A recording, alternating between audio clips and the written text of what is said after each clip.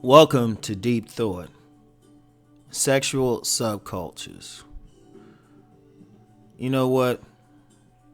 I'm going to tell you what, when you talk about subcultures, sometimes a lot of them aren't in, a lot of them are not in the, public eye, like those cool, like hipsters, or even in the religious cultures I talked about in my last video. You know, a lot of them underground. I mean, and that's something big to think about, because what you have is a situation when you get the underground ones, those the ones, it's an interesting dynamic, because if you see a lot of the people who participate in them in a public space, you wouldn't think anything of it, right? Like I mentioned in the last one about, these religious subcultures, but then you can have some woman who's like the first lady of a church or something, and, she cheating on her husband with somebody in a BDSM group. Or, they could both be swingers and stuff, even though he's the minister. It's an interesting dynamic, because you especially have sexual subcultures for one reason and one reason alone. The society overall, especially in Western culture, which has a Puritan dynamic that tries to suppress sexuality. You can't suppress like the most creative force in the universe. You're talking about a force that can create life. You're talking about a force that is old as millennia. The sexual thing, the creation of cells, the creation of life, I mean, that's everywhere. You see it in the flowers, the animals, everything. You can't dam that up. Only thing you can do is force it a certain way. But when you have maybe some people who have to have a certain mask in public, privately, they might be doing something else. I've talked about that on my other channel when I talked about the sexual underworld. The underworld exists for people to express their sexuality, nothing else, and free from judgment. Mainly because of the religious subcultures, many of them have some prohibition against sex, or at least prohibition in the sense of sex outside the context of marriage. All right. But people still have it. And even when dealing with the expression, even in dealing with different folks, because you have, you got the BDSM or something like that. You got polyamory, even though that's becoming more public, but that's still, most people ain't gonna mention that or what they're doing. People who follow me know I talk a lot about Mr. Goodbar. Most Mr. Goodbars are that side man. That's an underground thing. I mean, as far as I know, there's no real organized subculture of that. But, you do get some, like, especially like in the swinging community, polyamory communities, BDSM especially. You get underground clubs, or you get private parties where people just network, right? Like I mentioned on a video, I remember back a long time ago, I was like briefly a part of a subculture, and I call it a subculture, where it was a situation where, at least in the DC area, it was like primarily African American men, almost all African American men, dealing with women from Denmark, like nannies and stuff. And it was deep. I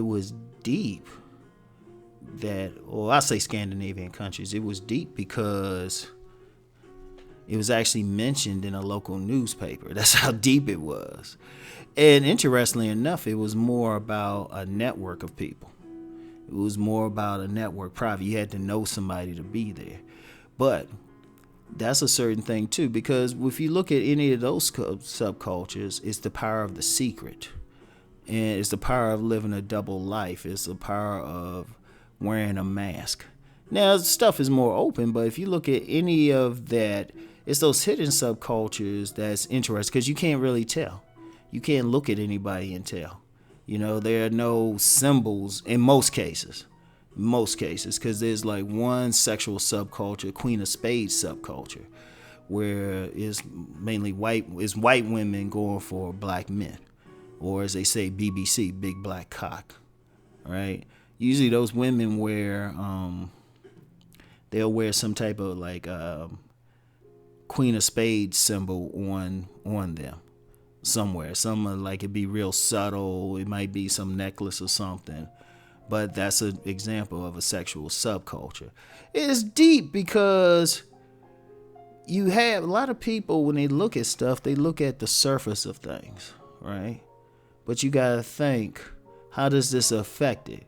Like, I knew one woman, and it really just occurred to me, as a white woman, and she goes for brothers, but she's married to a white man. And it just hit me. It's like, she might have that symbol somewhere on her.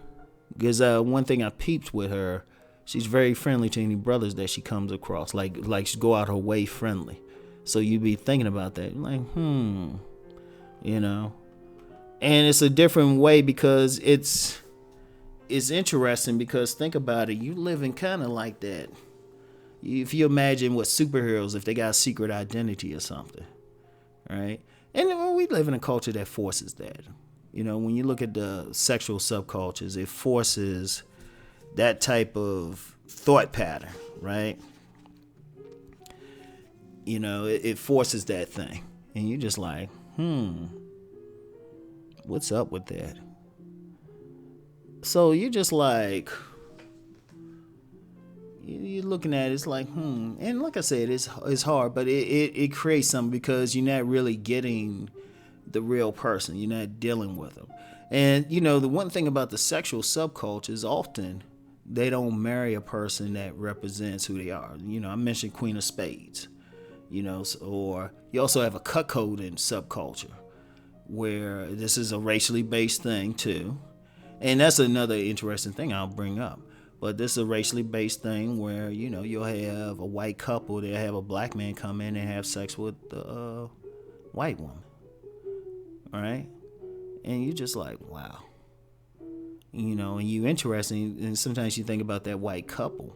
And from what I understand, sometimes they might even be white, normal Christian couples. Because there's been a couple times I've had like white women be real friendly, their husband right there, and I'm like, hold up, yo, hold up. It's an interesting dynamic, and like I said, it's a different way of thinking because it's really based on a lie, and the lie is this is your true self. You wearing a mask, all right? You wearing a mask. And because of that mask, you probably hurting yourself. You're hindering yourself. Some of these women, like the cuckold and a Queen of Spades thing. Part of that is, the former taboos, but against, white women being with black men. Well, though that might be changing a bit because now people like a bit more open with it. All right. But then, you got that. You get like the homosexual subcultures or, a big thing. I'm surprised we haven't heard anything about it. We always get something about it every 10 years. It's the DL culture, down low culture. And that's a different dynamic, too. A lot of women marry some guy who, might want to deal with a man every now and then. It's an interesting dynamic. And in my opinion, I think a lot of those cultures can be dysfunctional and represent dysfunction in this way. Not so much who they sleeping with, how they sleeping with, but the need to lie about it. That's where the problem comes in, the dishonesty, because you having a trust or something. But, it's something you got to think about, okay, how does this extend to other parts of that person's life? If they lied about something that fundamental, and wearing a mask, where are they doing it otherwise? It's deep. It's something to think about. It's something to really keep in mind. So, anyway, y'all know how I do. Just think on this. Anyway, I'll get back with y'all later. Peace and blessings.